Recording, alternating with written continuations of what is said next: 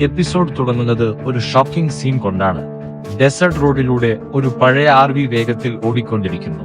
ഡ്രൈവറായി നിൽക്കുന്നത് അണ്ടർവെയർ മാത്രം ധരിച്ച ഒരാളെ കാണാം. അയാളാണ് വാൾട്ടർ വൈറ്റ്. പിന്നിൽ അൺകോൺഷ്യസ് ആളുകളും കെമിക്കൽ കണ്ടെയ്നേഴ്സും. സിറ്റുവേഷൻ മുഴുവൻ പ്രശ്നമാവുന്നു. അയാൾ വളരെ പാനിക്കാകുന്നു. പോലീസ് വരാനിരിക്കുകയാണെന്ന് തോന്നിയപ്പോൾ തന്റെ കുടുംബത്തിന് വീഡിയോ മെസ്സേജ് റെക്കോർഡ് ചെയ്യുന്നു. ഇതോടെ വ്യൂവേഴ്സ്ക്ക് ക്യൂരിയോസിറ്റി ഉണ്ടാകുന്നു. ഈ സാധാരണക്കാരൻ എങ്ങനെ ഇവിടെ എത്തി?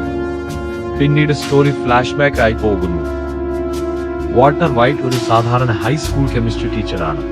വളരെ ഇന്റലിജന്റ് ആയ ആളാണ്. പക്ഷെ ജീവിതം വളരെ ബോറിംഗും ഫൈനാൻഷ്യലി ഡിഫിക്കൽട്ടുമാണ്.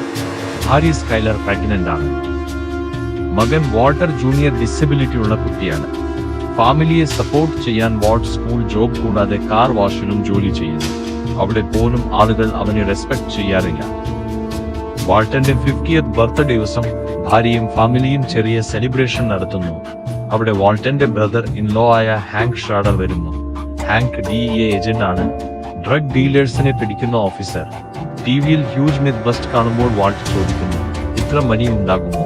ഹാങ്ക് പറയുന്നു, ഡ്രഗ് ബിസിനസ്സിൽ ലക്ഷക്കണക്കിന് ഡോളേഴ്സ് ഉണ്ടെന്ന്. ആ മൊമെന്റ് വാൾട്ടന്റെ മൈൻഡിൽ ഒരു ഐഡിയ സീഡായി നിൽക്കുന്നു. അടുത്ത പാർട്ടുമായി സബ്സ്ക്രൈബ് ചെയ്യുക, ഒപ്പം വീഡിയോ ലൈക്ക് ചെയ്യുക.